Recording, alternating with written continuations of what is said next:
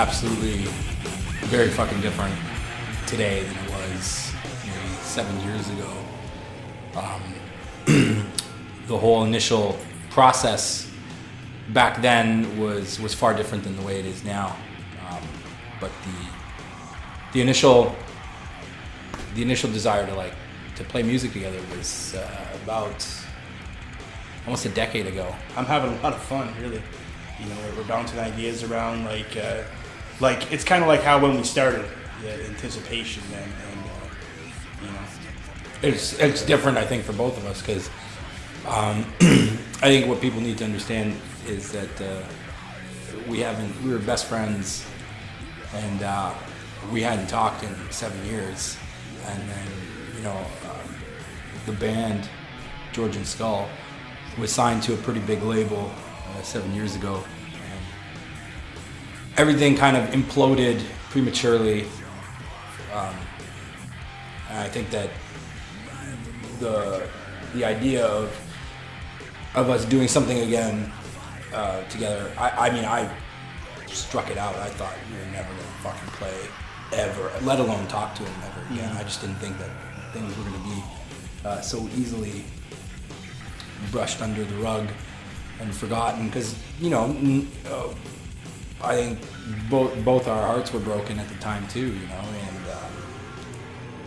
you know, for different reasons, obviously. But I think the biggest thing right now is that we met up a couple weeks ago, and just out of the blue, things started to rekindle the friendship first. Started rebuilding the friendship, and I think the band had a lot to do with our friendship, almost everything. So it was almost important, I think, to both of us to really try and put that together again. But I mean, when we were talking that day, I really didn't think that that we were going to look forward into music. I didn't think we were going to do anything ever again. And then we started getting these Facebook messages and emails saying, you know, it'd be really cool if you guys did something, maybe play a show. And it's like, well, if you knew the circumstances of how the band fucking imploded, you wouldn't ask us to play a fucking show. Because, you know, the stress and pressure and the booze and whatever else that came with it destroyed us at the time. So I think that doing a show, having nerves and stress and pressure again, is going to maybe allow people who come and see us play enjoy it. But, you know, it's going to happen so fast that I'm not going to be able to sink in and really, you know, get into the meat of the riffs and look over at him and be like, this is what we did, this is what we're doing, fucking right. You know, so the whole purpose of this video and everything else that comes with it is you know, I thought maybe the best idea would be to, aside from the show, because we'll do the show, but the show is going to be a fundraiser for a new album. And I think that hopefully we can kind of score some points with people with the video too, so that we can do a fundraiser for, you know, we're asking for donations only because, you know, this band, the way it imploded, and I keep using that term because it really did. You know, it really did. And a big thing with it is that it wasn't given the proper burial it deserved. It wasn't given the proper chance it deserved. When we did that last album, Mother Armageddon, we were under a time constraint from the label. We just got off a really big tour, and they needed a label, they needed an album, and you know, we kind of whipped it together, you know, and production-wise could have been a lot better. The songs could have even, you know, came along, they could have developed and evolved a little more. But right now, getting back together with Steve, it's been, you know, we have some songs that'll knock people's shit in the fucking dicks, you know, and turn their dicks into shit. and you know, so like these riffs and these tunes, and I mean, this is what Georgian Skull is supposed to be, and like a shit dicker, you know, and a dick shitter. It's like this is the stuff, and this is the stuff that's gonna flip it all around. I had no anticipation or any desire at all to rekindle the band then. You know, it was like, just wanted to say, hey, what's up, man? Just wanted to hang out at the very least or whatever, you know, or at the most, whatever, you know, rekindle a friendship. You know, I'd heard he had a family going and all that kind of stuff. So let's just get to know each other without the stress of the all or nothing kind of mentality we had before with being in a band brings, which, you know, we wanted to, which with the music that we wanted to produce at a certain level, you know, it was intense. And, you know, let's just have a casual friendship, just like, you know, whatever. And, you know, I didn't think it would be this quick, but it was like, man, as soon as we started hanging out, people started talking about Georgian Skull.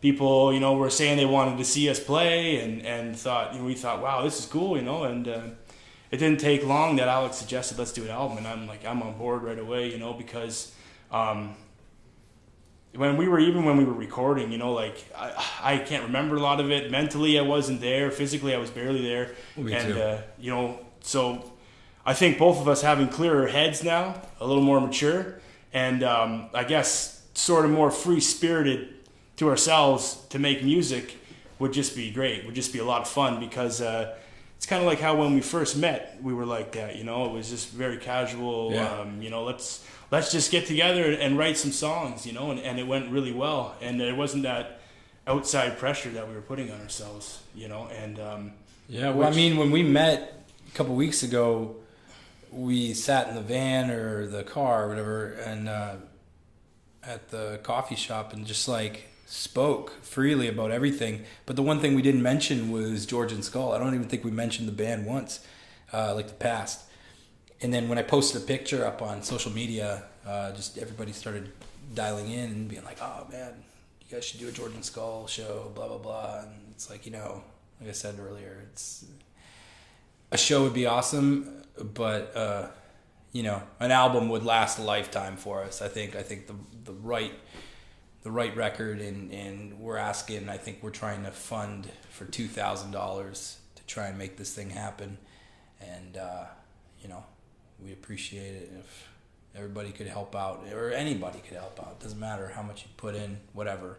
If 2,000 people put in $1, or 4 people put in 500, you know, we're cool. So you heard the story. Easy as pie, huh?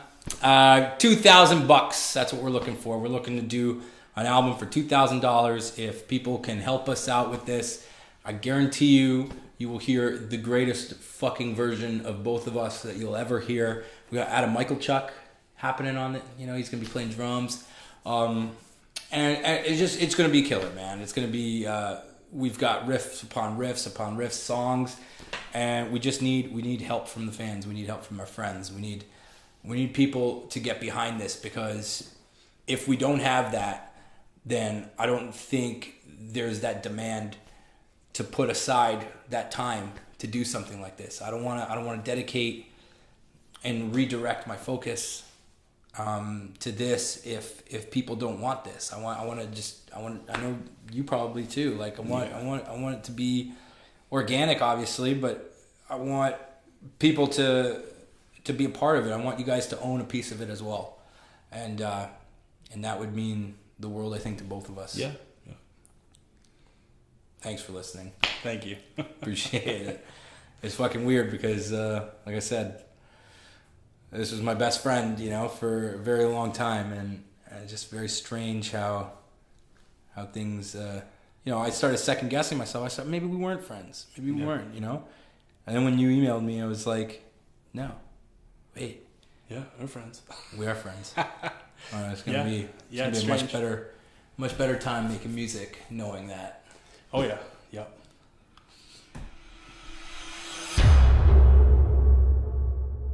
We have some songs that'll knock people's shit in the fucking dicks, turn their dicks into shit, like a shit dicker.